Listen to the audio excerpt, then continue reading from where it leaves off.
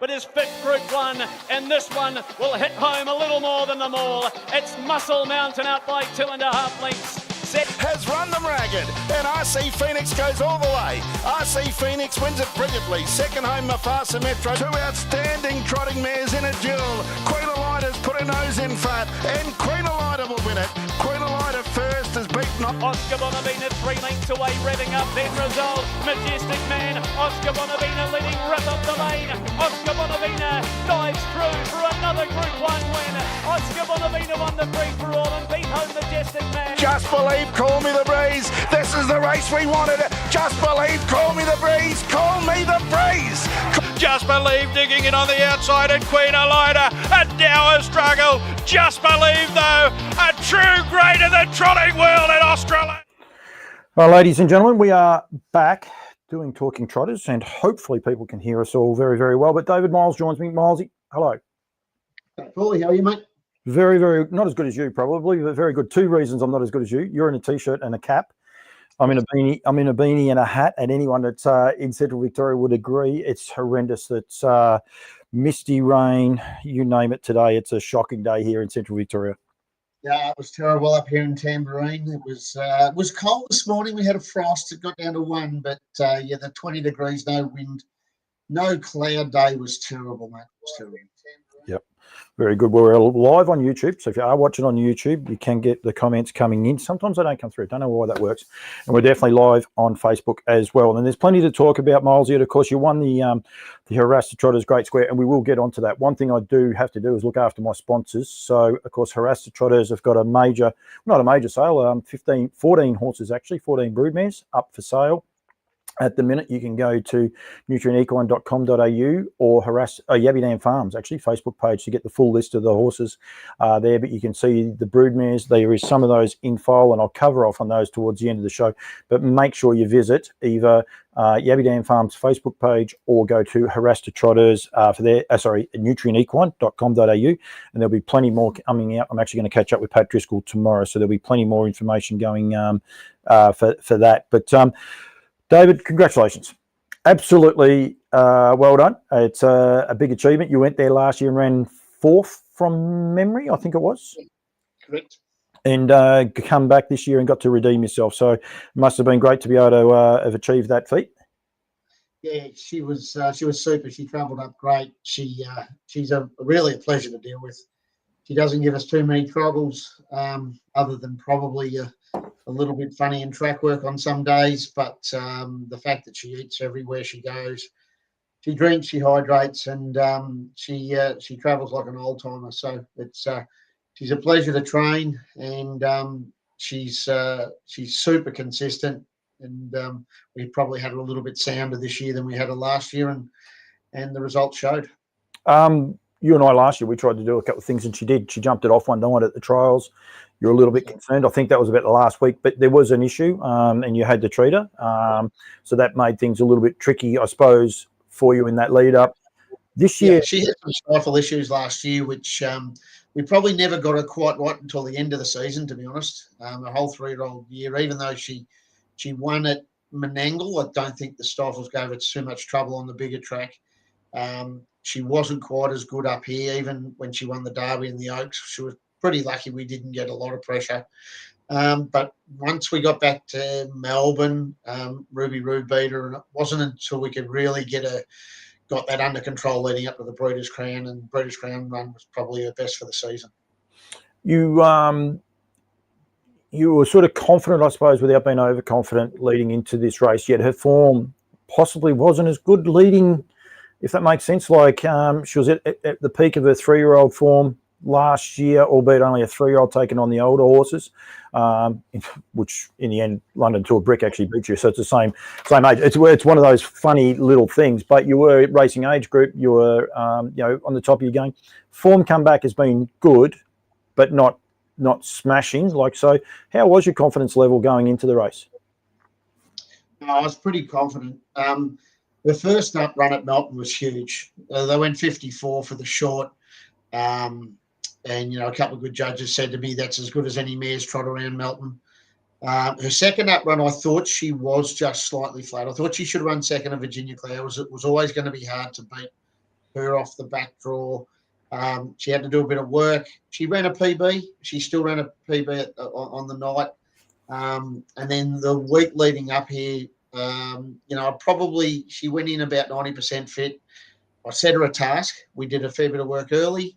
And then I let her slide really from once I got to the front and, went pretty quick down the back. Thought I had Bettenwin beat when I got him on the turn and he sort of dropped to me back. But to his credit, he looks like the real deal and he's going places. I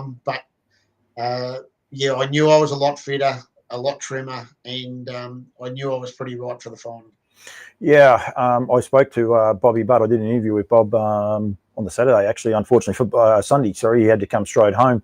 I can't work out the days. Yeah, it was Sunday. It had to be Sunday. So he came straight home the next day and had horses racing and that. But I did an interview with him, and he was legitimately worried that you actually had him off the bit the week before.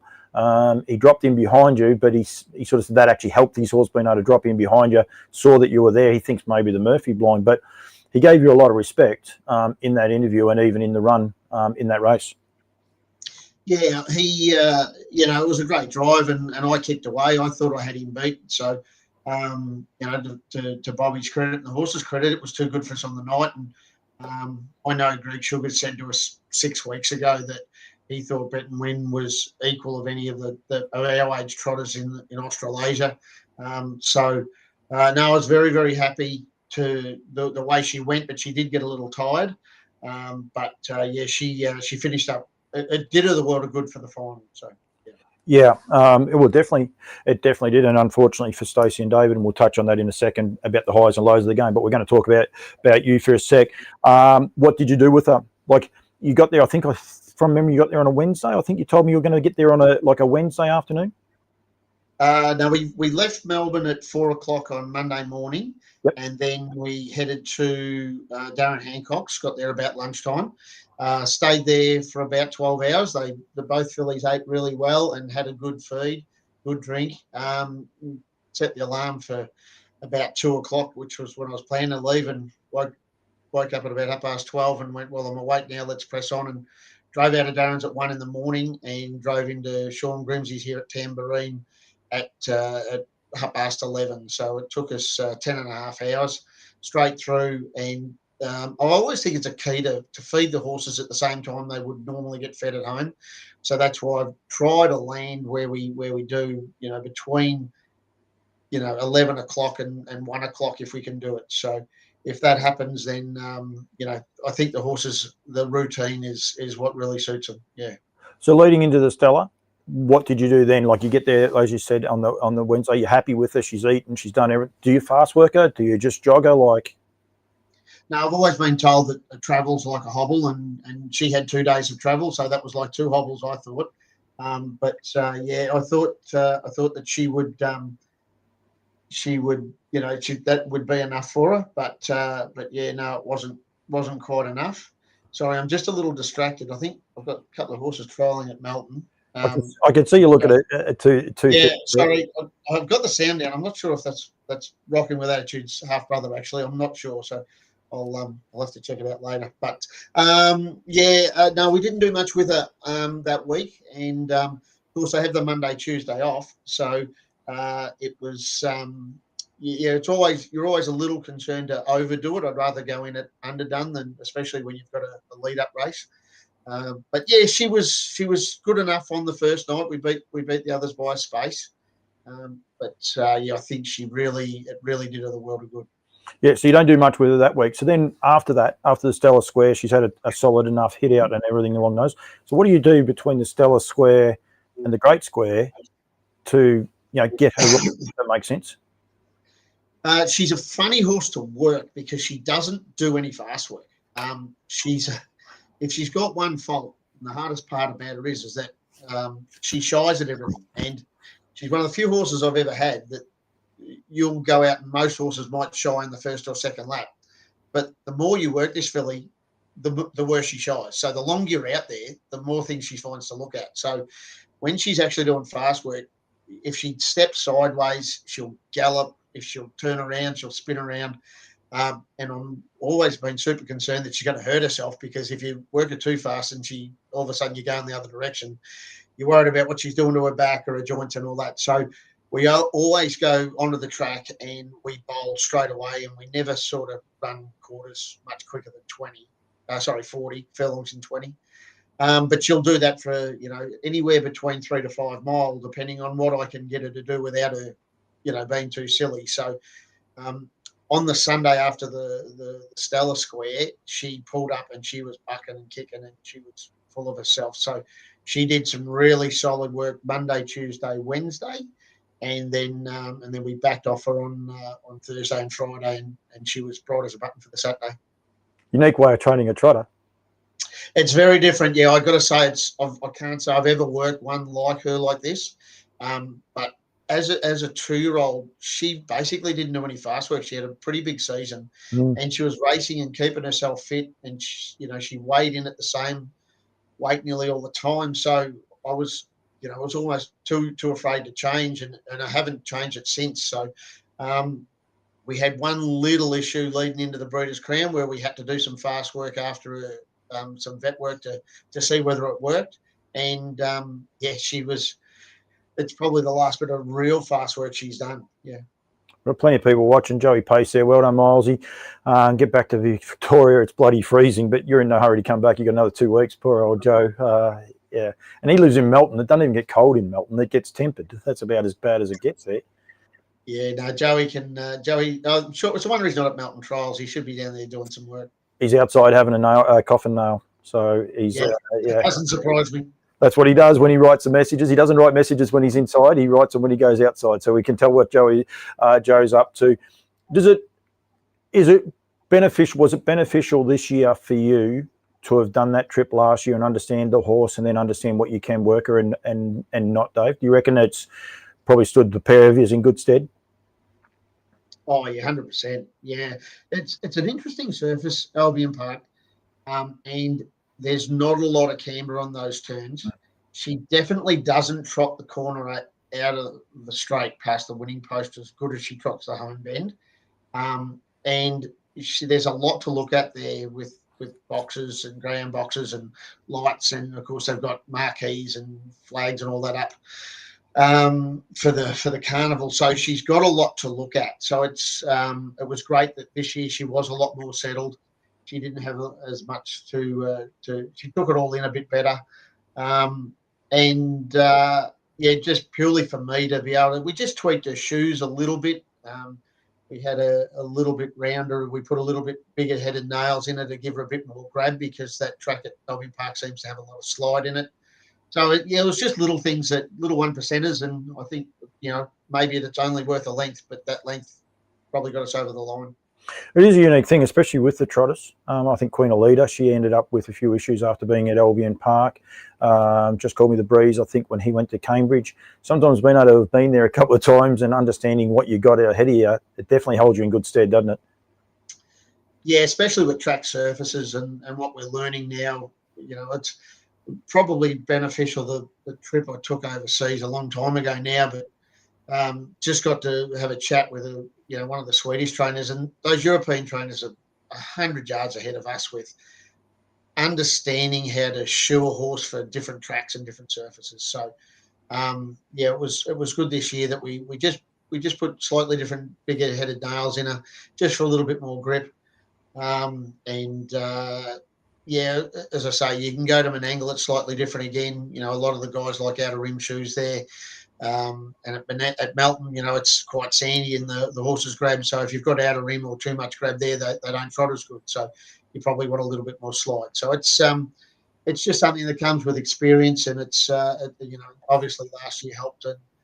And you listen to all these other good trainers, and you take everything on board, and you hear little things along the way that definitely make a difference to it. No, absolutely. Now the race, Miles, I can actually show. I can be a little bit tricky here. I just got to go back a bit. Hang on, because this started before I got to work out where. There it is. There. So we'll go here. I love this footage. I'll get rid of that other one out of the gate. But you said to me pre-race that you seriously thought about coming out of the mobile, but you just thought you'd have a look and see what they did underneath you. Yeah, it was. I suppose in hindsight, I can probably say what I was thinking during the week. It was when Bet and Win was in the race. I had full plans to lead and probably hand up to London to a brick and let Bet and Win sit outside him. That was probably the game plan. I just thought if Bet and Win came, Jimmy probably wouldn't want to let him go early. So that was probably the early game plan. But then when Bet and Win came out, and I had been pretty vocal about that the track record was going to be under threat, and I was going to go pretty hard. Well, that was sort of a little bit of cat and mouse as well, just to try and let people know that if I was coming hard, and we were going to go pretty solid. So when the gate left, and I knew even before the gate left that everything underneath me was going hard, and probably all the horses were going to take a sit on me. So there was no need to get into that really early burn, and she could settle. And as long as I had James either outside me or behind me, I had him where I wanted him. And then he had to sit outside me and beat me, and he nearly did. Like London to a Brick was awesome. We ran 27-8 the last quarter, and he sat parked, and he was still coming on the line. So, but yeah, there was a little bit of media cat and mouse. I'll show the last 400. I just don't want to get in trouble with copyright. So I just, the guys in Queensland are actually awesome for me. I love that drone footage that you get at the start, and you're just heading down the back. If anyone's wondering why I didn't show the whole race, because it's Sky Channel's technically own the footage, so you just got to be a little bit respectful, if you like. I'd love to be able to show the whole races all the time, but you're just going down the back past the Ladbroke sign there now, Milesy. And were you confident you had London to a brick at this stage, because you're still a little way out? And I mean, James had a pretty good still hold on his horse as well. He was just on a loose line as we left the back straight, and I was pretty happy with that, because from what I've seen of that horse, he travels up to the leaders and then he gets to the front and he knocked off a little bit. So I thought when I had him off the bit, I didn't think I was the winner, but I knew I had him under where I wanted him. And then when I kicked on the corner and got 1.5 meters, I knew I was pretty right. And then, to be honest, all out the straight, I actually never hit her with the whip. I just sort of reined her up 3 or 4 times and had the whip in the air, but didn't touch her with the whip. And she seemed to be wanting to hold him the whole way up the straight. And when Bet and Win came at her the week before, when she was beat, she told me she was beat. So I was pretty confident all out the straight. She never sort of shirked the issue or wanted to duck in when she gets a bit tired. She has the ear hoods on. I was just looking then as you hit the line, her ears are forward. And I know those ear hoods tend to hold them a little bit forward, but hers were definitely forward. And yeah, which is quite unique, isn't it? Well, it's funny why she wears the hood, Paul. It's because she shies at things. And I did have a smart old trainer tell me a lot of years ago that if horses can't prick their ears, they won't shy. So, and it doesn't completely stop her from shying at things, but it does take the edge off her, that's for sure. And yeah, she it probably looks like they're prick forward, but she just it's just the way she goes. And I don't think other than Breeders' Crown Night, she's never really run away from them, beat them by big spades. No, it was great and terrific to see. Afterwards, the scenes with the owners. Unfortunately, I wasn't able to watch it live. I was stuck on a plane in traffic. I thought I'd be home to watch it, but it seemed like the owners were more than a little bit blown away by the whole occasion. Oh yeah, they're a great crew. It's sensational to have people like that. They all get along fantastic. There's been absolutely no friction with the group, and we all went out for lunch yesterday up at Redcliffe and had an absolute ball. None of them are big time owners. They've all just got little tiny shares in quite a few horses with me now, and they've started through Racer Pacer, which is a legacy of Mark Orr and Shane Glowry that started up Racer Pacer so many years ago, and we're lucky enough to go to Benstud and buy this filly's mother from Judds and Stuart Watt back in the day, and expected her to be a pacer, and she finished up a trotter, and this is the resultant breed. And thanks to Duncan McPherson who helped us out with the Aldebaran Eagle service, and with Duncan and Haras to Trotters and Pat Driscoll, it's great to see these big names getting a little bit back because they deserve everything they put into the sport.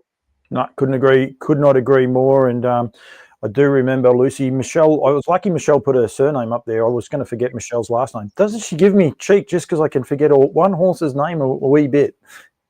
Well, you want to play with fire, Paulie, and that's. I don't think you'll forget a name ever again. Michelle who?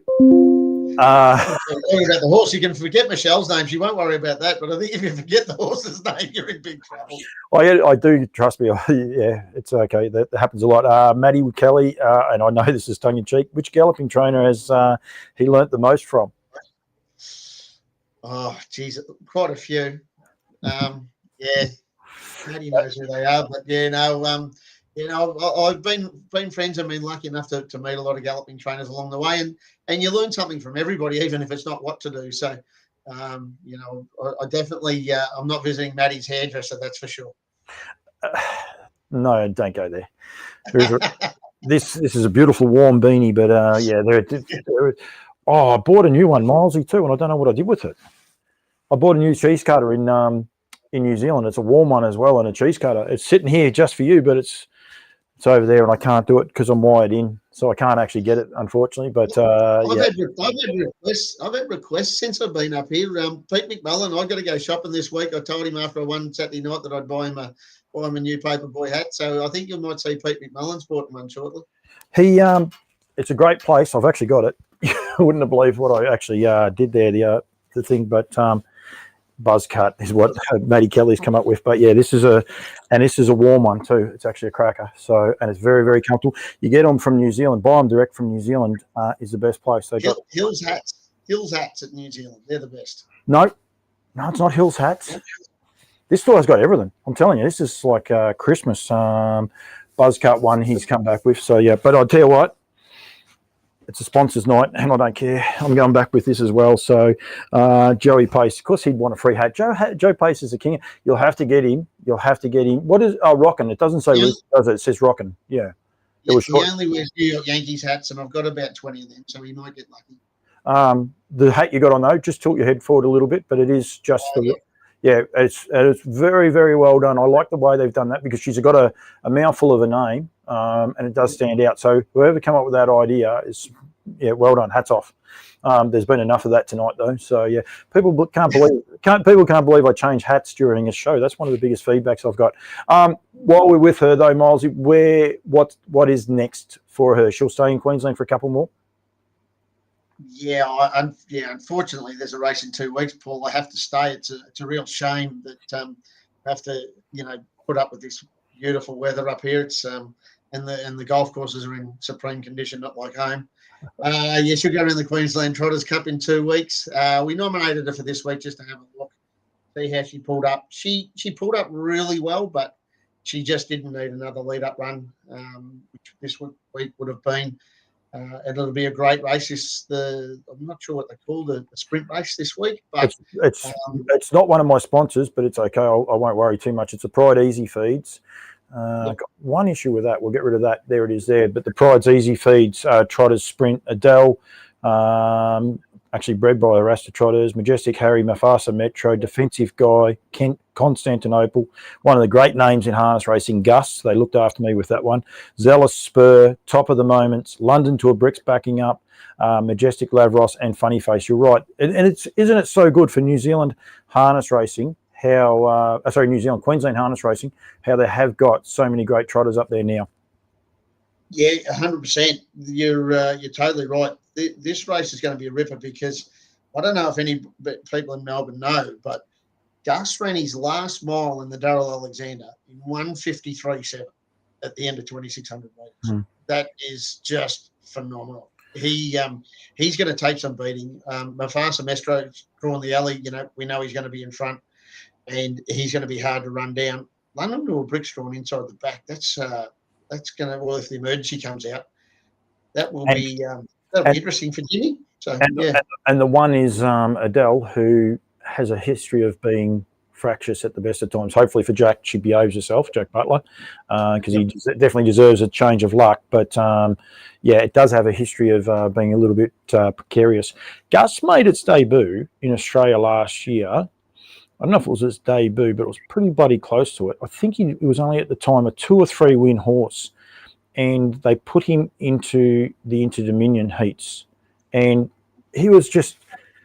Chantel drove him. Actually, she did too. Chantel drove him in the first heat, and he ran 5th, and he was outstanding. And I don't think poor old Chantel. Oh no, she stayed on him for the other heats, but Pete's got back on. Pete won't let her back on now by the looks.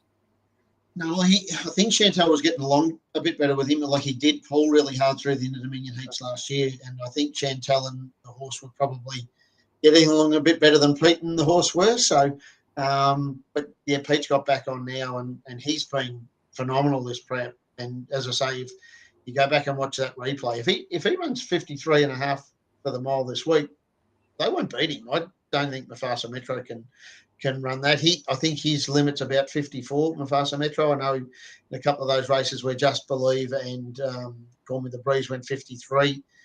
Johnny's horse was just behind him, and you know Johnny's horse is probably in the top 5 or 6 trotters in the country. But yeah, Gus he is absolutely airborne.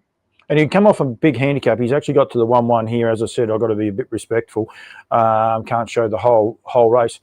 It's not like it was a mobile, but he just drew terrible, didn't he? He couldn't get actually into the race. Every time Pete went to make a move, there was moves ahead of him.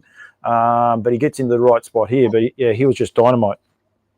Yeah, well, you can see those sectionals there, 29.9, 29.5, 28.5. Yep. And you know, I'm not sure what he got home in that night, but by Jingoes, as I said, when we were looking at the sectionals for that night, and I was going through the whole meeting, and 153.7, and he's raced away from him there. And Pete and Chantel's team are absolutely flying. They had the Night of Nights on Saturday night, winning the Rising Sun, and you know they're doing a great job. They've got the stallions up there, and they're putting the hard yards in and putting some money into the industry. And full credit to them.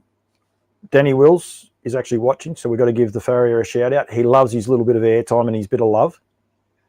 Oh well, yeah. We better give him a pat on the back. He's been great, Danny. He's been chewing for us full time since about last October now, and.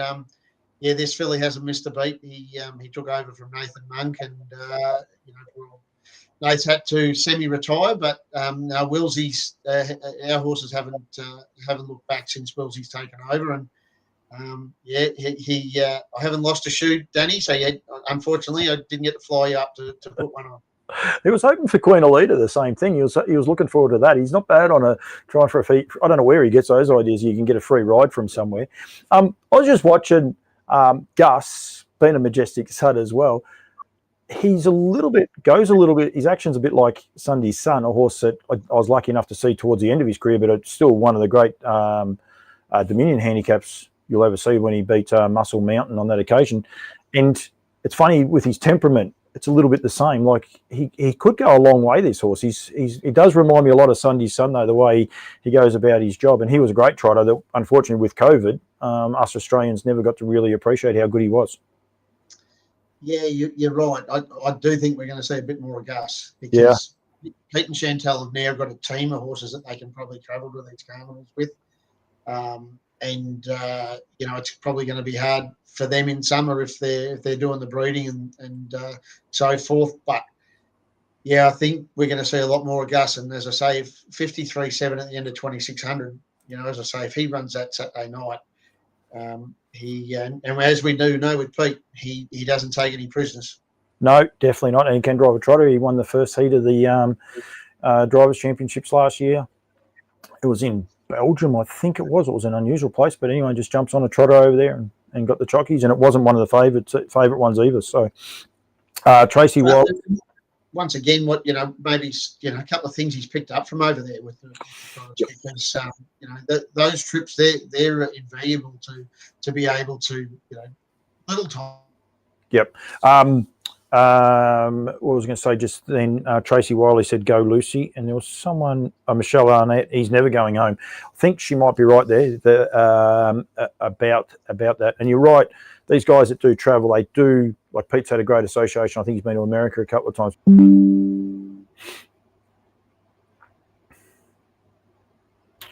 Rightio. So I'm back.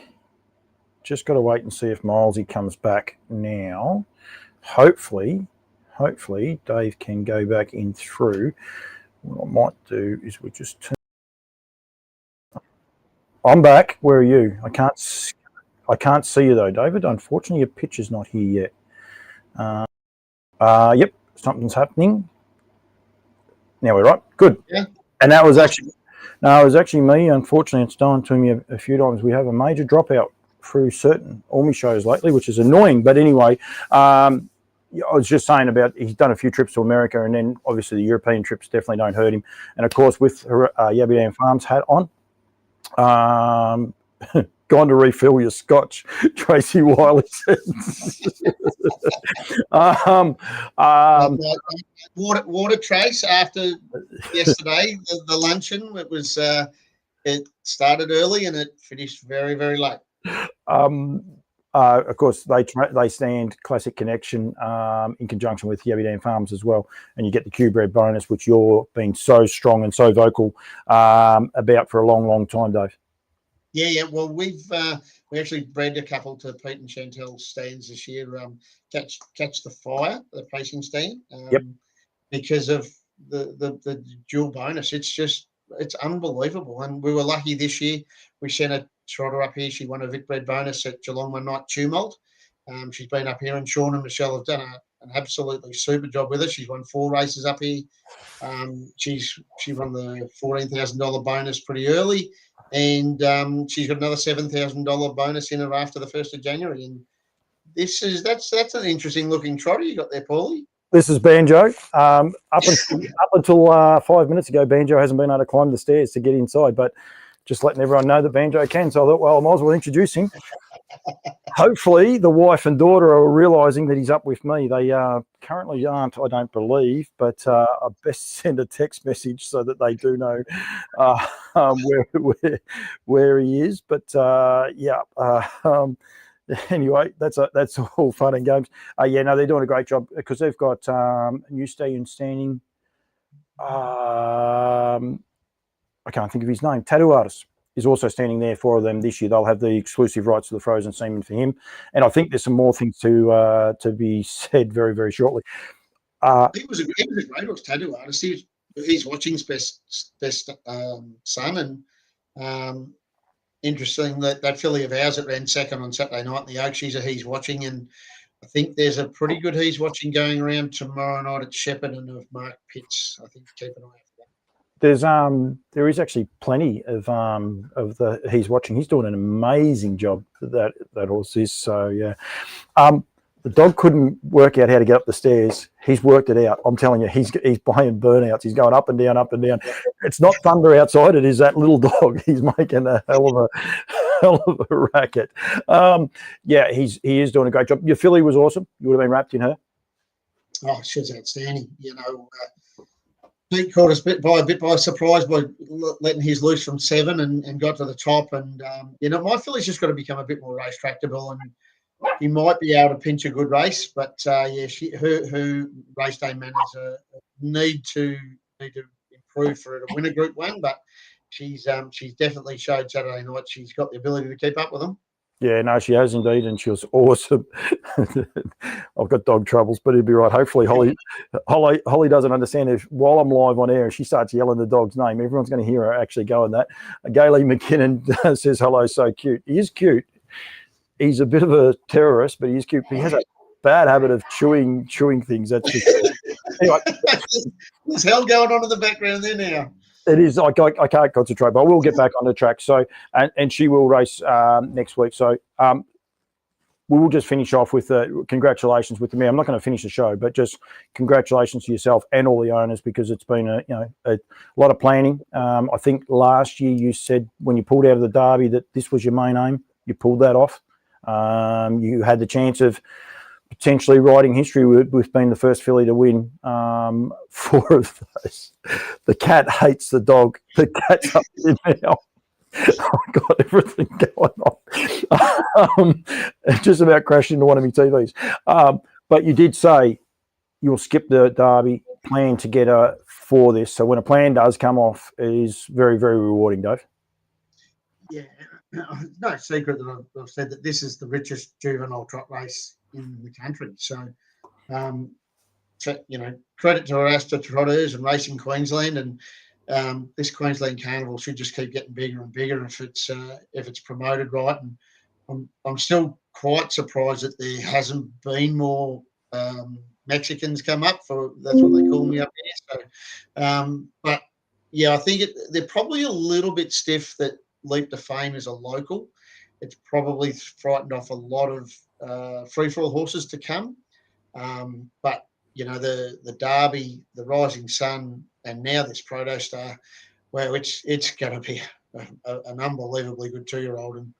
And I just actually saw the trial at Melton that just went past the highlight reel, and Hesitate's actually engaged this Saturday night up here. So good luck to Damien Burns. He's put his hand in his pocket and he's flying up.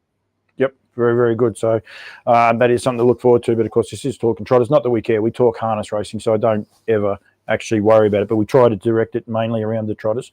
As I said, you would have been the first filly to have potentially won 3 Oaks and 3 Derbies.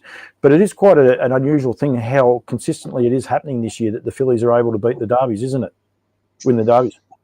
Yeah, it seems to be the case the last 2 or 3 seasons that Wayne Potter did an absolutely super job with the locomotive. He won nearly every feature race and he was a champion juvenile. And don't worry, his run on Saturday night was pretty good. He found some traffic and he ran through the line quite good. But yeah, I thought last year the best trotter in the country was Nathan Jack's filly, Violet Stanford. I thought she looked like the measuring stick, and can't wait for her to come back. Hopefully she gets back to the track. I thought she might have nearly been back by now, but I'm sure Nathan will let us know. But it's interesting that especially in the Trotters ranks, the girls have no problem keeping up with the boys. Did think Queen Elida was probably going to be the best trotter in the country, and all of a sudden Call Me the Breeze and Just Believe come along, but Queen Elida, On Ready Jet, they are out and out superstars. Yeah, exactly, and you're right. On Ready Jet's sort of one of those forgotten horses in a way, possibly because of Call Me the Breeze. Trialled last week at Shepparton, Sean McNulty, he's all over it. He knows where they all are. Yeah, Mac is he's a bit like a Sheldon Cooper of harness racing. He's a bit of a nerd. He watches every trial. I think that's probably a good way to say it. A little bit bigger than Sheldon Cooper and curlier hair, but I'm sure he'll like me saying that. I had him on the phone for 2 hours. He was having a bit of a New Zealand recap, I think, is what he was after. I don't believe you'd have Macca on the phone for 2 hours. I had him at my place unloading hay there one day. He sat down and watched me unload the hay for 2 hours. Now, that was probably...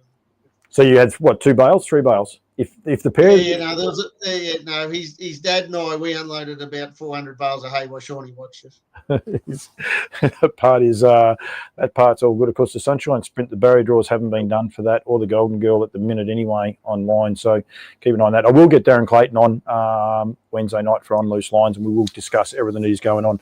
Milesy, a couple of things that have been announced. Redwood Carnival, I believe there's going to be a bit of a revamp with the Redwood Carnival, but 25th, 27th to the 27th of October. At least he's got a laughing face. We got that back for him. But that's a time-honoured race. Aldebaran Park are the major sponsors of that. But it's a great series, and we've got to keep these series going. This one in Queensland where you are, we need to build the Redwood and keep the Redwood where it is as well. Yeah, listen, as a trainer, and I might be being a bit sentimental here, but it's the one race of the year that I always hope I've got a horse good enough to go in it, and I try to win it. I think it's a true trainer's race. And if you've got to have so many things go right. You've got to have horse, 1, good enough and do to get there. 2, then you've got to have one that does everything right. And 3, you've got to miss all the trouble, because it can be carnage that first 200 metres in a Redwood. and I've won one and probably should have won 3, but I'm not crying about that, because it is just one race where need to go everything perfect, and the honour roll on that board of the trainers and drivers that have won Redwoods is top quality, and it's a very tough race to win, and there's only one Redwood every year. Yep, absolutely, and it is locked in at the 25th to the 27th of October. Now, I don't know if I've got any Kiwi friends watching. There was one thing I couldn't get a line on. I know the New Zealand Trotting Cup, and I'm going to make there's some big announcements. I don't know if you guys are across all of those. I'll make sure that the trotting people are. But the Kaikoura Cup is traditionally that last weekend in October, but I believe it will be the first weekend in October, because the Melbourne Cup is actually, it's that little bit later. Does that make sense? I think the first is the Friday, so it then pushes it back a little bit. So it'll actually should give people a bit of time to be able to get from that New Zealand Trotters Cup, Redwood Day, to these New Zealand races that I'm going to announce in a minute, as long as I can get planes. Miles doing it in his head. I'm going to throw, you may not be aware, did you see the announcements? I haven't seen the races. I did see the announcement that there was a huge prize money boost thanks to Entane and Brad Steele. And this over there and just hit us all with hammers. So we've got to make sure we look after them all. The Sire Stakes Board, Entane, TAB, and Harness Racing New Zealand. So I get into trouble if things go wrong, you see. So I've got to make sure I keep everyone. And Martin Pearson and the Sire Stake Board have been outstanding, and I love Martin. And trust me, if I don't look after him, I will get a phone call. And you won't get another plane ride over there, Paulie. So that's the most important thing. You got to look after him. Martin doesn't fly me, so that part's okay. It's the rest that I have to put up with afterwards. There's $10 million in stake money increases. The Dominion handicap goes to 400,000 this year. So that in itself is a major carrot for the Trotters, and I don't know whether a standing start, 2 mile standing start, is up her alley just at the minute, or if it's anything you've entertained. But when you find out that it's 400,000, whether that you would entertain that. I know you've got bigger fish you want to try and fry at the end of the season, but had you? Listen, I hate a trip away, Paulie. So I won't be looking at that at all. So is that something you're thinking about? It is now. It's the first I've heard of it, so it is now. Yeah, guaranteed. This is the problem. We've got to get these messages out there more. So there is that, the Dominion handicap, and I think there's going to be another faster class trot to try and keep people there. You will then still have 2 weeks out to get to the Inter-Dominion. I believe it'll be that close, but there are direct flights, Christchurch, Melbourne, and Christchurch, Sydney. So should be able to get most of the people there. With the 3-year-old trotters, have a listen to this, Milesy. There is a $500,000 slot race on Cup Week for 3-year-old trotters. You don't have one. So $500,000. The Trotters, New Zealand Trotters Derby goes to $200,000. And for a bloke with a filly last year, the Oaks goes to $140,000. $800,000 plus in stake money on offer in 3 races for 3-year-old trotters. That's just ridiculous, isn't it? If Nathan Jack's listening with Oil at Stanford, I tell you what, that's something I'd be setting her for, because I think she's as good a bit of what there's some very, very nice ones over there. I must say Paramount Kiwis are gelding, Empire City by Volstead as well. For Phil Williamson, he knows his way around a nice trotter. There was a couple a week or 2 ago. I'll get a name wrong. That's on the wrong page for me. Freya. Freya was a horse, Greg Hopes as well. Another progressive horse. There's a lot of very progressive horses in New Zealand. A lot of Australians need to put their hand up and say, hello, we're over here. We're interested in going over there. Well, I tell you what, we've probably forgotten the best one. What's been the best 3-year-old filly this season? You're going to have to help me here, Paulie, because it's a Keyang, and I get all these Keyang horses wrong. But yeah. Yep. Just bear with me, because I know when she raced, thank goodness, because I was actually working, so it was. It won't take me a second. It was the first Saturday night in May. I don't even want to guess, but all I know is that she broke the clock in both of those runs in New South Wales. She was Zahara. Kiang Zahara. I'll beat you, Shawnee. but he was very, very, but you're spot on. Megaspur, another horse, Penny. I know the owners that don't mind a travel either. They don't mind getting around. So there are definitely a few people there that would be interested. Murray's Mac, David Aiken. Plenty of horses that actually might be looking at it. But it's so exciting. It's so good for the trotters. Yeah, there's so many other things on offer over there. But I want to make sure people are aware that the New Zealand Trotting Cup weekend or week is now massive, and people need to be aware of it. Like I said, a $400,000 Dominion handicap, one of the great races. I'm pretty sure Just Believe will be heading that way. I definitely know that Snoozer's horse was going there anyway. RC Phoenix, I reckon now he'll definitely be looking at it. So provided he's all well and good. So it's just brilliant money on offer, isn't it? Oh, that's ridiculous. It's and it's great. It's the way we should be going. To be perfectly honest, the prize money in harness racing for the last 10 years has got a bit stagnant. And full credit to the New Zealand board. They're they're probably struggling with horse numbers. We seem to hear over the years, and their numbers are dropping. But mate, when they keep putting money up like that, they won't lose as many to the States, and they won't lose as many over here. That's for sure. No, and that's exactly that's the whole plan. When the good races are there with the big prize money, it's as good a reason as you want to be able to go there. I actually forgot about Kiang Ziara. I'm glad you said that, because someone asked me about Australian 3-year-olds, and I was thinking, racking my brain while I was over there, forgot her. So that's a very, very good. I probably should have rang Shawnee. The cat keeps coming back scaring the living daylights out of me. But yeah, I should have rang Shawnee and just got the answer. She's a freak. What she did at Menangle, those sectionals were off the chart.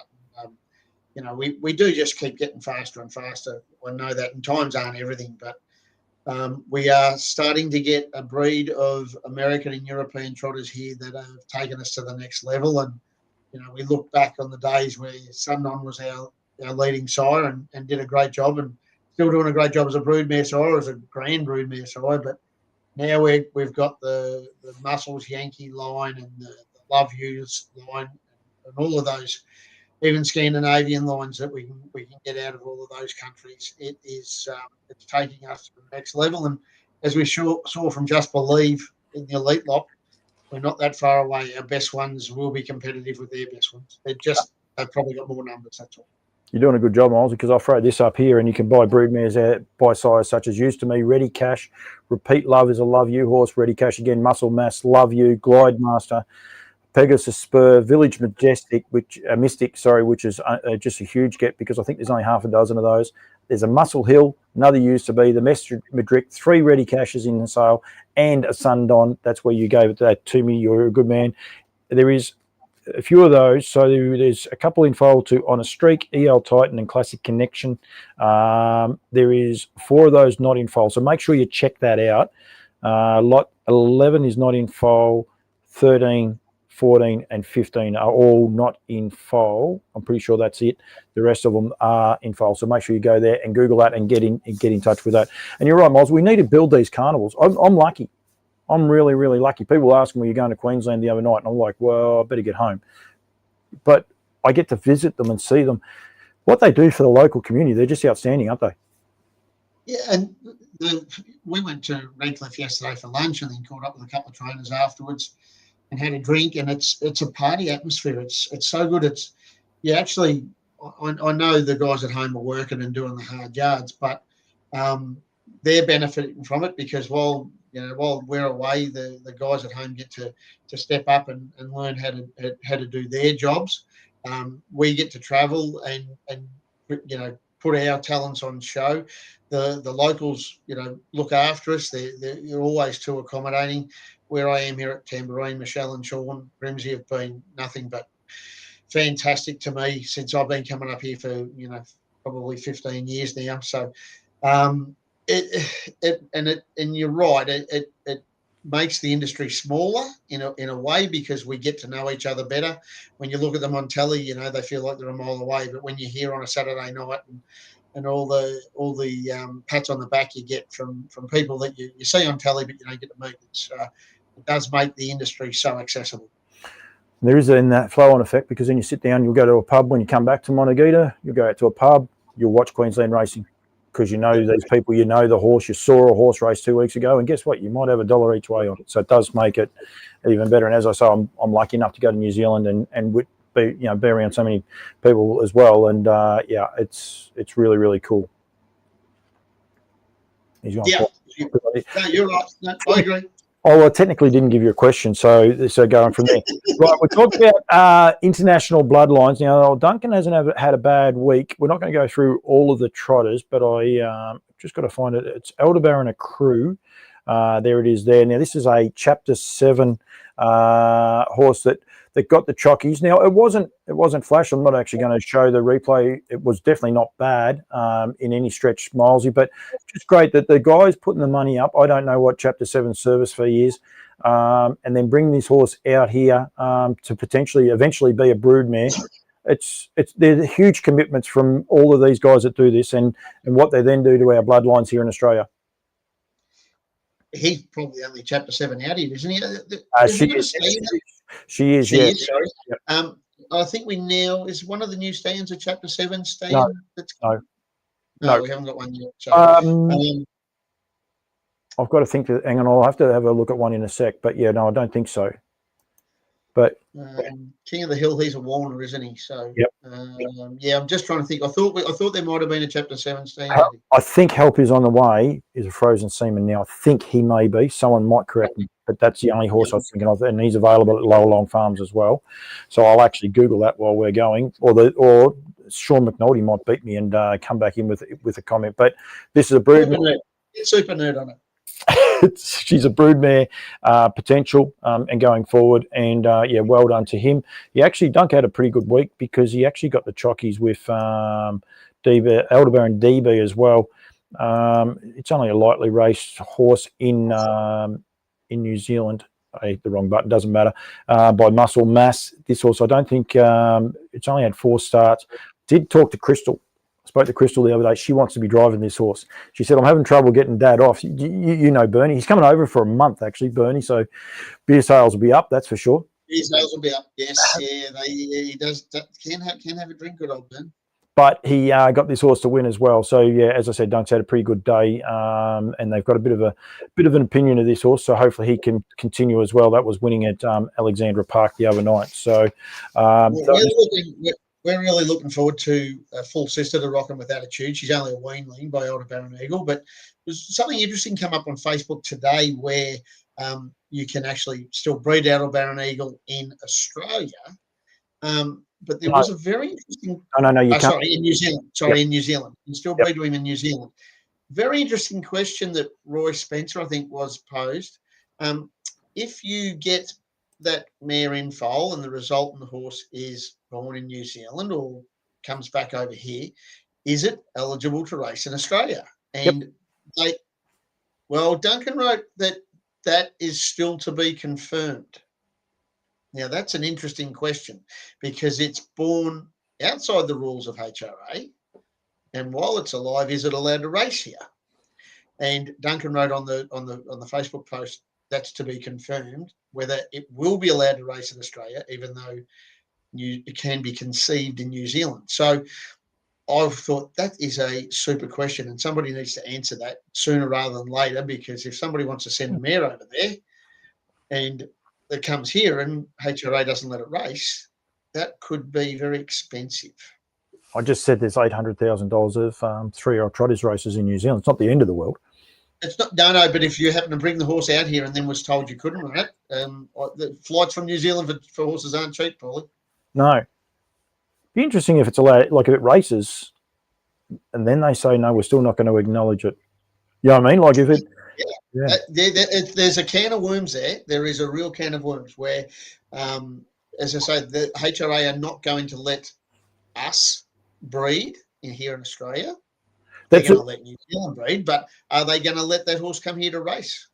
Yeah, so there's a technicality like that in New Zealand where if not New Zealand, in Sweden, can't remember the name of the really good mare that wanted to go to the elite lot, but they had got a embryo out of her, and Sweden then would not let that mare race while she had a pending embryo to be born.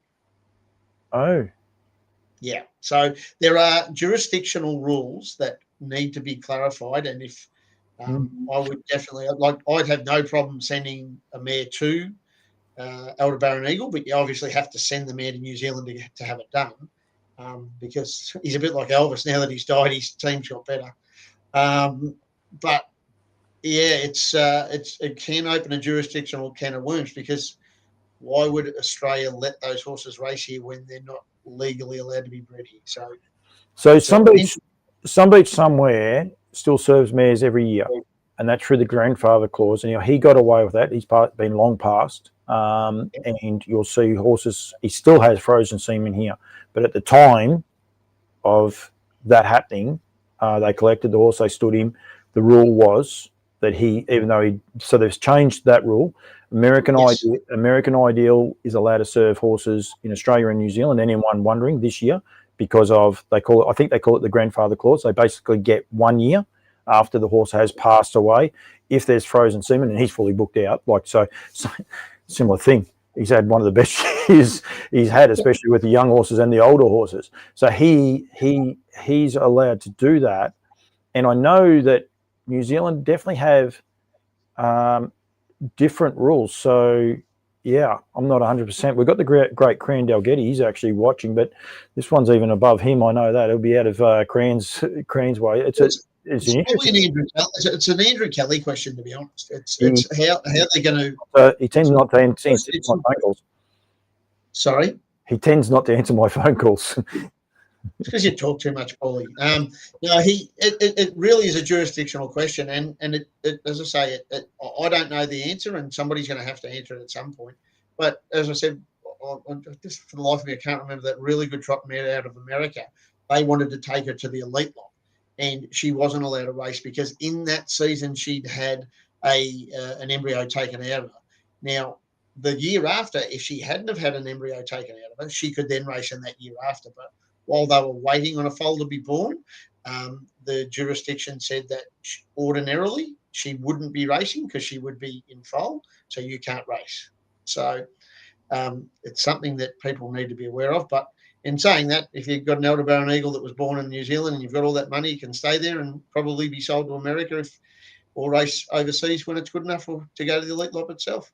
Have you spoken to the great man about it? Does he know the answer? No, I literally, it came up on one of my posts today. He put up a congratulations for the filly winning Saturday night, and I just thanked him. And while I was reading the comments, I saw Roy Spencer was asking about sending a mare to New Zealand, and then the question was, is the horse allowed to race in Australia? And Duncan's answer was, that's yet to be confirmed. So, interesting question. With no answer, but I'll get an answer by On Loose Lines. I'll have an answer by Wednesday. Put it this way, if there is one to be got, I'll make sure I can get one by then. So is that, yeah. And we find that travelling, you're talking about travelling in the state and this, that, and the other. There's a rule here in Queensland where if you're out of the draw, you can't do them both at the trials. You've got to do one of them at the races. So, or the second one actually has to be at the races. You have to do one race out of the draw, where in Victoria, you get out of the draw, you can do both of them at the trials and go straight back to the races like you can in Menangle. But it's you need to. It's so hard to keep up with the rules over all the or just all the states. Going to New Zealand to get a different set of rules against, it's hard for us trainers to keep up. Yeah. Just give me a sec. I'm sending him a message, and we'll just see. We might be able to get him on, and he could probably give us a little bit more insight into that. That's if he's available. Sometimes he can be there, sometimes he can't. We've had plenty of people watching on the show, and I've missed quite a few of them, but I haven't seen his name pop up there at all. But radio, we'll just call him. So this is the power of what I can do. I can drop D Miles out at any time, but then I can ring people. So let's see how he goes. I wonder if he knows you're on here. Well, who cares? I haven't got me on the phone stinger. I don't know how I'm going to do that. Oh, hang on. Oh, right. Go this way. Now, are you there now, Dunk? No. Talk to you. How are you? Very, very well, mate. I've got buttons going everywhere. I was just wrapping myself saying how I can do all of these things, and I had to change things around. I've got David Miles with me as well. So, firstly, thank you for joining me. Absolute pleasure. Now, the question, we'll ask you the question first, and then we'll chat about everything else that's happened for you for the week. Yeah. David was just saying then about the Aldebaran Eagles standing. Aldebaran Eagle is standing at stud in New Zealand. What's his service fee? Correct. What's his service fee? Well, I've got you. 3,000 plus GST in New Zealand. So we're in an invidious situation whereby he's a defunct stallion in Australia. Yep. And unable to serve in Australia due to the current rulings. And we were very fortunate to have collected a quantum of Aldebaran Eagle semen. And we've got a tank that we're working with Simon Robinson at the equine clinic at Ballarat, and we're also working with Lee Morris over at Equibreed. So we've got 50 serves in a tank waiting for certification. It's all been signed off. We're just waiting for the New Zealand import license to come through, and we're going to give New Zealand breeders the opportunity to breed to, theoretically, statistically, a stallion of global acclamation. Right. Before Milesy, I'll let Milesy ask his question or what he saw on the feed. But so people are aware, this is the second year that he has passed. So I said there before about American Ideal was allowed to do it this year because he passed. No, it's the third. Was the third. So yeah, but he has actually passed a couple of years. That's the reason he's not allowed to stand in Australia, correct? Yes. Look, there was a reassessment of the regulations by the jurisdictions. We were able to have his last year of serving. We were able to complete. We were then able to then offer the opportunity to people who had either slipped a foal or had a foal born red bag or whatever the case may be, and we were able to offer them a return. So those returns were completed the year before this season. So the foals are already on the ground, and regrettably, his semen is unavailable to be used in Australia. But fortuitously, with foresight, we collected and have got 50 serves available for New Zealand for this current breeding season. Milesy, you ask your question because I'll butcher it. G'day, Dunk. How are you? Yeah, congratulations, mate. I sent you a message and just an outstanding result, and fully franks the efforts that we took to buy a horse in America, race him and bring him in and stand him as a stallion. So to you and your team and all those owners who are in raptures, what a great result for you guys. Thanks, mate. We really appreciate it. And as I said to you, Aldebaran Parks had a big part to play in her being in where she is today. I did send a thank you on Facebook today on one of your posts, and saw an interesting interaction with you and Roy Spencer about maybe sending a mare to New Zealand. And I just said to Paul, there was an interesting question posed because if we send a mare to New Zealand and it races and it's born outside the jurisdictional rules of HRA, is the horse then going to be allowed here to come and race? And I think your quote was that's still to be determined. Can you enlighten us on that at all? Yeah, sure. So there's been, I've been at this for quite a while, knowing that I had 50 serves to the Australian 2 and 3-year-old champion sire for the last 2 seasons. The situation that we're with, I've posed, there's questions with Harness Breeders Victoria. There's questions with Harness Racing Victoria as to the eligibility of the stock here in Victoria. So the net answer is that the horses in New Zealand that are bred to him can race in Australia. The ultimate question is if the horses that are in New Zealand are bred to him and they were then imported to Australia and the foals were landed on the ground, are they Vic bred eligible? We are waiting a jurisdictional answer because it's never been done before. Yeah, so they will be recognised. Sorry, Dave, I've cut you off. Horses will be recognised. The horses in New Zealand can race in Australia if they're bred in New Zealand. The answer is yes. So I've had that confirmation from HRNZ. It's a little hypocritical of the rule, though, isn't it, Dunk, that a horse that basically wouldn't be allowed to be registered here can be registered in New Zealand and come here and race. And I think they should be allowed to come here and do it, but it's just makes that rule a little bit backward, doesn't it, that they've imposed on these stands, and it's made it harder for you and harder for breeders to not be able to access those horses to breed from. Well, ultimately, we're here to improve the breed in the Southern Hemisphere, which is why we've gone to great lengths at Aldebaran Park to create genetic difference. We're in the same situation. There's other stallions besides Aldebaran Eagle who have achieved great results. Sebastian K is another one who unfortunately passed in transit in quarantine when he was coming back through here. He had another year on us, but unfortunately he's in a similar situation. But again, there's another difference because he was a shuttle stallion rather than a dunk-style stallion. So there's lots of different things that are happening, and I think it's wonderful our industry to be challenging the current situation, because for many, many years it was kind of in, out, and that we weren't doing what we're doing. We've now got people such as ourselves and Pat Driscoll and the guys with Sebastian K, and I know that Bernie Noren and others up in Sweden are interested in sending others down here. We've got to make sure that we keep our doors open and create opportunity for genetical improvement on a world-class basis. And we need to review our rules and make sure that we're accommodating of the aspirations of people to open the doors and create opportunity for others. And that's what I've been about. And whether we can assist future stallions in their endeavours and entice those stallions to come down to the Southern Hemisphere and breed our horses, we'll wait and see with the outcome of some of the questions that I've been asking. But, back to Aldebaran Eagle, I mean, I'm assured that the horses that are bred in New Zealand can come here and race. My ultimate question is if you had the foresight and the pockets, in inverted commas, to send a mare from here to New Zealand, impregnate the mare and bring her back, what is the result in foal's eligibility? And we're working through that process at this point in time. I can say that openly because I've got a number of mares at Aldebaran Park I'd love to send to New Zealand and impregnate to Aldebaran Eagle and bring them back here and create opportunities for people at the yearling sales to go and buy yearlings to a horse who is without doubt one of the breeding sensations of the last 3 or 4 years.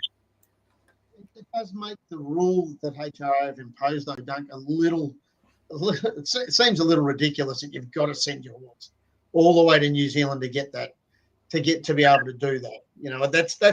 I know that they're trying to help younger stallions and maybe, the up-and-coming horses. And yes, we're trying to improve the breed. But Aldebaran Eagle, he was probably, 12 or 13 years old when he passed. He's not like he's 30 years old and he's been dead 10 years. He's, as you said, he's been one of our leading juvenile sides for the last couple of seasons. And yet we shouldn't really have to go through all that trouble to get one, should we?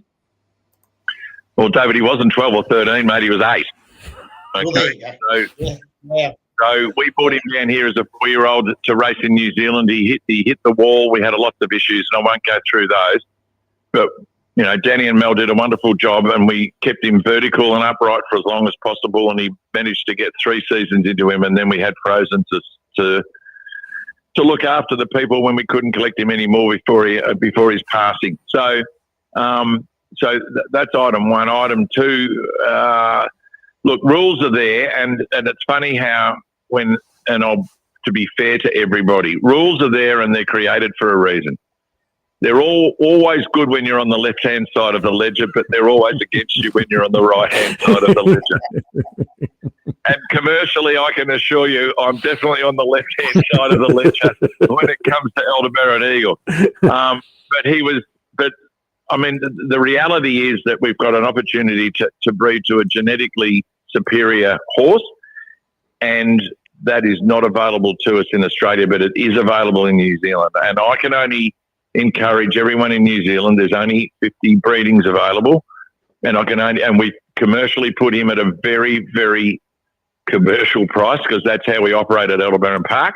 And for 3,000 plus GST to breed to a horse whose 4-year-old mare has just done what she's done and win the Great Square in Queensland and won over 420,000, which is what I've extolled, David.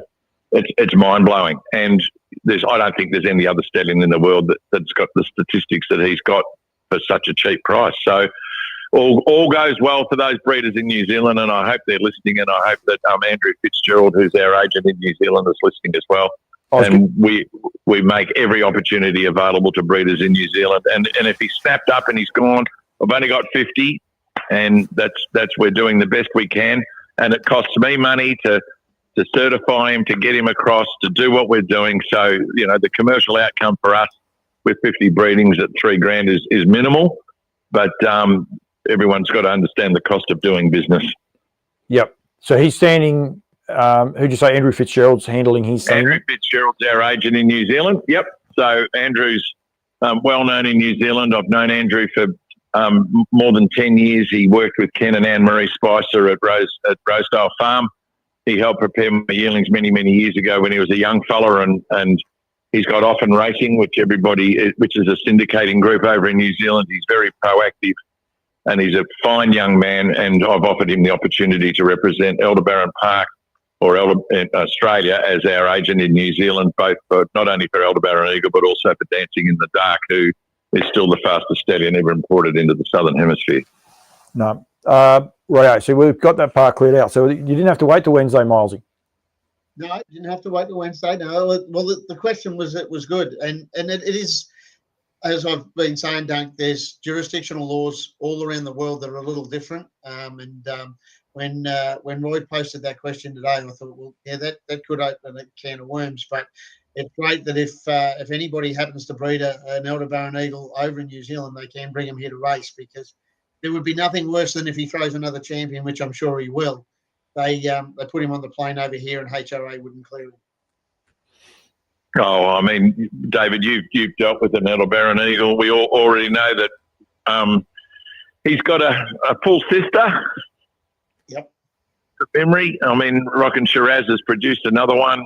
They had the foresight when she was up and coming to go back to Aldebaran Eagle, and I think they've got another filly.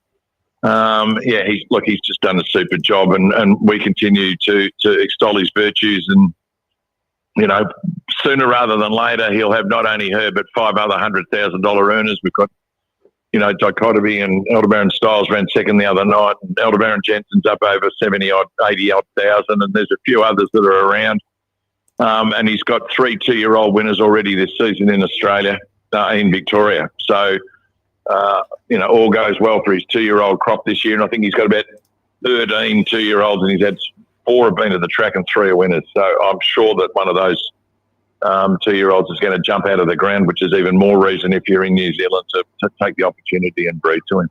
Yep. Well, I can tell you, Dunk, that there is a photo that the owners took of Rockin' with Attitude at 4 weeks old, and the full sister weanling at 4 weeks old. And if we put the photos side by side, you could not tell the difference.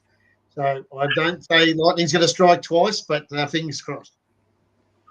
Well, as I say, good stallions are good stallions, and his record's on the board, and they've been fortuitous in coming back to him. And I'm sure that they did that for a reason. And I know the owners, and I've spoken to them extensively, and they're very grateful for the opportunity to go back to him. And so are we as stud masters. And, we wish everybody every success with all their horses. And, we had Aldebaran Eagles. The last of the Aldebaran Eagles went through the yearling sales last year here in Victoria. And I don't think people still really valued his input and the possibility of what they would achieve as success, but all will be revealed in due course. But you've done a marvellous job, David, and you should be well pleased with yourself and your team for the efforts that you put into Rockin' with Attitude. She's just an absolute gem, and I'm sure that this is the start of her 4-year-old year, and I'm sure there's other successes in front of for you and for the owners as well. Thanks, she makes me look good, and I can attest to the Eagles. I went and bought one from the sales, as you know. We bought one off you guys this year, and we've got another one next year. So, I can attest that anybody in New Zealand that if they are listening, for value for money, you can't go wrong. There is definitely one, David. We've got Andrew Fitzgerald has actually timed in there, and he's left his phone number on there. Get in touch with me, and he's got the phone number there. So anyone wanting to get in touch with Andrew, his phone number is there for anyone wishing to breed to him. Milesy, hopefully you're happy to stay on. Duncan doesn't mind a chat. You sort of just got to give him that bit of room to breathe. So I'm just going to ask him I spoke just there before, Duncan, about Aldebaran Crew winning a race at Ballarat. Not a high profile race or anything along those lines, but that must have been an extremely satisfying victory for yourself at Aldebaran Park. Yeah, it's a very satisfying victory for Jonas Ernison, who's over in at the Red Mile in Kentucky, re-qualifying after his initial win. Generally speaking, who's Maori Times first foal, so he's due to re-qualify over in America on Wednesday. And then Jonas did all the early work with Aldebaran Crew, as he did with Aldebaran Ravani, who came down here and went 54 at Menangle. Look, for many years I've gone to America. I've tried to buy fillies that we can bring down here. This is probably the fourth come down, I think. We've got quite a few. We've had a fair bit of success sending horses back up to America. Aldebaran Turnpike is one that jumps to life. But this one, Aldebaran Crew, she's a Chapter 7 filly, and we think she's pretty special. It's taken a while to get her organised and get her acclimatised. I mean, I always say it takes 6 to 9 months to get them sorted. And Chris Venozio is pretty confident. He was pretty confident leading into last Wednesday, and he drove her to win. And she's in again this week. And yeah, well, look, we think that she can be she's now a dual hemisphere winning broodmare for the farm, which is always the objective. If she can post a 55 or a 54 times, she's already 55 in America. I'm sure she'll do that at Menangle in due course. And with fingers crossed, we've got a dual hemisphere 54 winner, $100,000 earner, and she can come to the breeding barn and get ready for whoever, and whoever could be Aldebaran Zeus for her, because there's no issue with the bloodline. So we'll see how we go there. Where is she racing, Dunk? She'll be at Melton on Saturday night. I was going to say there's a mile race for the mares, and Chris has indicated that's where he wants to go. So she'll buddy up with Aldebaran Miley, and they'll both head to Melton on Wednesday. On Saturday night, I mean. Sorry. No, that part's okay. Aldebaran DB and your great mate Bernie Hackett got the chocolates for you in New Zealand as well, though. Yeah, look, Bernie has been wonderful. He works Aldebaran Keeper. I bred Aldebaran Keeper in New Zealand. Ironically, Brent Lilly's got the favourite in a 2-year-old race this week. Could be Kilmore, don't know, Ballarat maybe, but anyway, there's one over, and it's by Carlton, and Aldebaran Carlton is a full half. Goes very, very good too, I can tell you, because I know that. Don't you worry, I know that. But ironically, it's out of Another Love, and Another Love's the mare that produced Aldebaran Keeper and also Aldebaran Floss. So we've got Carlton producing a 2-year-old filly here, who we think's pretty clever, and Brent picked her up. And to a mare that produced Oaks winners on both sides of the Tasman, which is the only mare ever to have done it.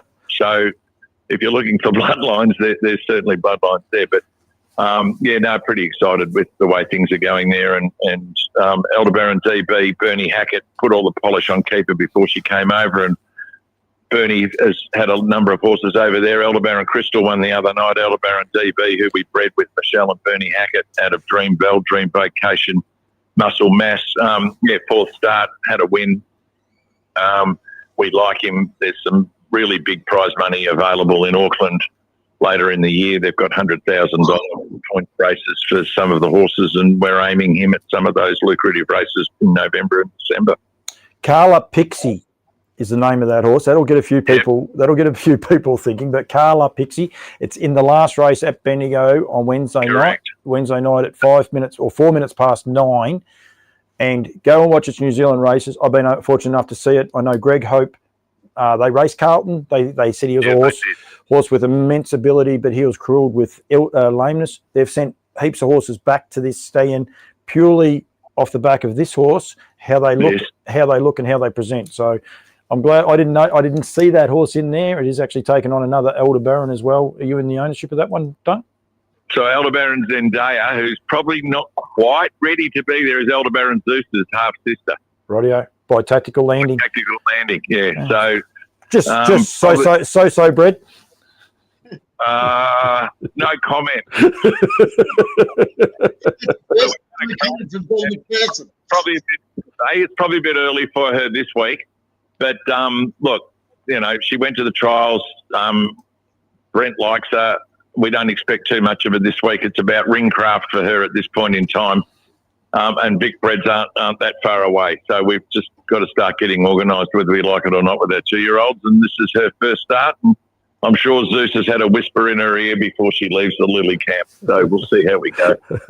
Very, very good. And just one more. I just was explaining to David and the listeners, Duncan, I don't know if you're across all of the announcements, but massive stakes increases in New Zealand, which is so good. But yeah. The respect they're given to the Trotters, with the Dominion handicap going to $400,000 now, the Derby up to $200,000, the fillies, the Oaks is $140, and then also a $500,000 slot race. Brilliant for trotting. Well, there's two things. As you say, I can talk, so I'll address that, and I'll address what's happening here.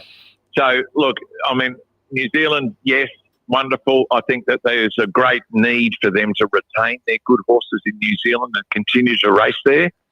There's been a drain of their blood stock, and I think that it's a really great incentive for owners in New Zealand and for Australian investors to go and look at mature age horses that may be there for 2 or 3 years while Entain are there, and we need to maximise our opportunities and feature races, what we're all about, and it's great for the Trotters.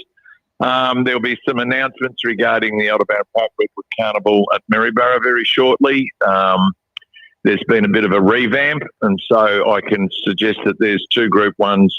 The Redwood's got an increase in prize money. The Derby's still there, and Trotters Cup's been realigned, and I think the day in total will exceed $250,000 in prize money on the Sunday. So we've got a Super Sunday. And then it would be remiss not to suggest or let you know that Maori Time arrived back from Sweden on Saturday with a 4th Dimension colt at foot, who's 4 months old, and we bought Aldebaran Bardo down as well, and both have been positively tested or confirmed. Their pregnancies have been confirmed today by Dr. Simon Robinson. Both are in Boulder Calgary games, and so they've held their foals on the way through.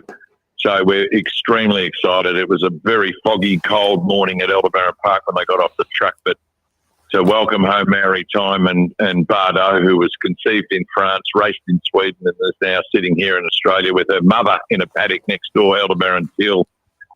It's just a genetical wonderment, if you like, and we're astounded that we've been able to achieve it. And I thanked IRT and everybody involved with getting the horses down here, and it's exciting for Southern Hemispherical racing to have that new genetical input down here for the future as we go forward. Absolutely, Dunk. Thank you. I will hang up on Always you. A pleasure. This show's gone for an hour and a half, Miles. He said, how long are we going to go for? It's gone for an hour and a half. It's always a worry, but who cares when you're talking trotters and and great race. Isn't it good, Dunk, just before I do let you go, talking great racing about trotters, and it's coming from Queensland. It's awesome, isn't it? Oh, look, I mean, the Eastern Seaboard, Western Australia is not to be denied either. They continually have trotting races over there, and a lot of good trotters from Victoria have headed over there and have become $100,000 earners. But to think that David Brick and his team and all the team in Queensland, all the team at Menangle with the Hammerhead and everything else that they promote, and then obviously in Victoria with the realignment of the Redwood, in conjunction with Harness Racing Victoria, and then obviously in New Zealand with the increased prize money. There's an emphasis in Southern Hemispherical trotting. John Bootsman from Boko Farms, who has now bred the fastest ever trotter to race in Finland overnight. He's on his way down here for the Great Southern Star next year. He's been here before. So we've got continued interest and investment in Southern Hemispherical racing, and Matt Hammerster Terry have supported us and are part owners in a lot of horses down here now, and have nurtured Maori Time and Bardo and put them in foal and sent them here. So, mate, we've got interest in the Northern Hemisphere, and we need to, as I always say, harness the power and harness the energy. And the Trotters are the way to go. So, we're globally significant. We've got the genetics to prove it. Absolutely. I don't know if you saw Dunk Oscar Bonavina working around Matamata Gallops track the other day. Yep. I was privileged enough. That was the first time, and he turned a few heads, but the Trotters are turning heads everywhere. We've got globally significant trotters, and as I said, when Aldebaran Zeus had the fortune of winning in 54 in the middle of winter the other night, to look at the 7 horses that went across the line in sub 55 and a half. If you'd said that 10 years ago, people would have questioned your intelligence. And I think we're blessed with the group that we've got, and I encourage not only Queensland, New South Wales, but Harness Racing Victoria and New Zealand to put on open class trotting mares races so we can improve our stud book. But we also need to make sure that we're looking after and flying the flagship globally for our trotters, because we're with Greg Sugars and everything that he's done, and the deeds of Just Believe, and Aldebaran Zeus going to the international, and RC Phoenix and the others that have been over to the slot race in New Zealand. We're on the cusp of it, and we need to capitalise now. And if we wait and suspend all this, and rocking with attitude too with David, if we suspend all this and we put it in a hiatus, we're doing ourselves a disservice. So I encourage everybody to support the trotters in every jurisdiction around Australia. No, absolutely. Thank you, Dunk. Tracy Wiley says, so interesting. Thank you very much. So she's enjoyed it. She was giving Dave a hard time about scotches. He might drink a scotch or two, apparently. Dunk, I don't know about that. Oh, David and I could nestle up together, and I'm sure that there wouldn't be an empty glass in the house if we got going. I can assure you. Can we keep this as a G-rated show? I don't want to think about you two nestling up together. It's my shout, Duncan. When I get back, I'll buy you one. Righto, mate, you're on. Easy. Easy. Done deal. Duncan, thank you very much, mate. No, thanks for the opportunity. And David, well done. Congratulations. A $150,000 race with a Group 1 winner. Mate, I just can't understand how that feels. And congratulations to you and all the owners of Rockin' With Attitude. And thanks for your support of Aldebaran Park.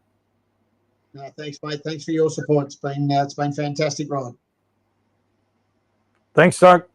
I'm going to hang up. Mate. I'll hit the red. I'm going to hit the red button. Yeah, that's the easiest way. It's the easiest way. I said you just got to let him have his time to breathe. But that's the trotters, mate. That's what we want. I do apologise for the audio issue. That's one issue. I said to you I didn't need the other phone, Dave. But when I get people on the phone, I actually can't watch who's watching. So I apologise to everyone that has been tuning in through it. But you know, we got the answer, Dave. That's one thing about it. We got the answer straight away, which is great. And which is great. But we spoke before about the sectional time trotters are running now. It's just going to get better. And if you're not keeping up with going to those top class stands, you're probably going to get left behind a little bit. But, you know, Aldebaran Zeus is going to stud. He's internationally renowned now. He's we've got Corby the Breeze, who will probably go to stud shortly. You know, it's go another year. He's not going this year. He'll be another year. I didn't know that he was or he wasn't, but you know, he's definitely worth breeding from. He's won in multiple countries. So, you know, we are really on the. We're going to start. We're on the way up this hill, and I tell you what, it's going to be a great ride. Yeah, no, absolutely. You've got some fans on here as well. We'll get to him in a sec. I will say, I know of 3 to 4 horses that will be potentially racing overseas before the year's out to early next year as well, which is super, super exciting. Horses travelling to both Europe and also America, which is going to be great. Yep. So book me a spot, probably, can you? I'm trying to get myself a spot. David Raphael, ask the hard-hitting questions. Any hair under the hat? He knows, Rafa, he knows how much hair there is underneath there, mate. Is that what you're after? Because no, the answer's no. No, he's talking about my hat, and I ain't taking it off because I had a haircut the other day, Paulie, and I'm not far behind you. I know exactly what he was on about. I just thought I'd give you a bit of deflection. And I think I saw Michelle said thank you to Duncan and a couple of kisses. So, yeah. Milesy, thank you for joining me. These shows, as I say, they're about promoting the trotter. They're about talking about the industry. Rafa didn't get it. And go from there as well. But, it is good and it is sensational that you've been able to achieve it. And I don't know if anyone else had picked up on the fact that you did declare it when you said you're not going to the Derby. This was your main aim. So I think well done to you, mate. You've got a good year to go. We're not going to ask you, what your main aim is from now on with her. You've got a few things you've got to digest and go through there. There is an Inter-Dominion 8 hours up the road. I threw a $400,000 race at you. Who knows where you go, what you do with it. And you never know. America might be one of those trips. It's a great problem to have, mate. It really is. It's and Duncan's been at me to start looking overseas. So we, I don't know whether it'll be this year, but it'd be nice to be able to take a trip and when we've got one as good as she is, She's just going to take one more step to catch up to the Call Me the Breezes and the RC Phoenixes and the Just Believes, but we're very hopeful she can do it. No, absolutely. Ashley Haynes is on there, of course, RC Phoenix. He can't be far off coming back as well, but yeah, they were targeting the Dominion Handicap before the stake increase, so I imagine that's well and truly on their radar as well going forward. Mate, thank you. Appreciate it. We'll get you on a bit more often, but yep. And I must say well done tonight, because On Loose Lines is a different show. You actually have moulded into both very well. You've done a good job. I've been very good, Paulie. Come on, I've been very well behaved. Before I do let you go, don't forget the online sale that is on I've got the dates, 23rd to 24th of July. These mares will all be offered up in foal to Honor Street, EL Titan and Classic Connection. Make sure you go to the Yabby Farms site, or you catch up with Mark Barton and Gemma Smallman. That banner has been going across the bottom. If you've missed it, just hit rewind or fast forward in a minute. You'll be able to get their numbers and get in touch with them. I'm going across to Pat's tomorrow, so I'll be catching up with him. We'll get a bit more of an insight into that as well. But yeah, Milesy, thank you. Thank you to everyone that's enjoyed the show. And I really do appreciate you coming on, Milesy. And I also really appreciate all the feedback, because that only grows the show as well. So, yep, thank you to everyone that's tuned in. Milesy, well done. Thank you. Good as gold, mate.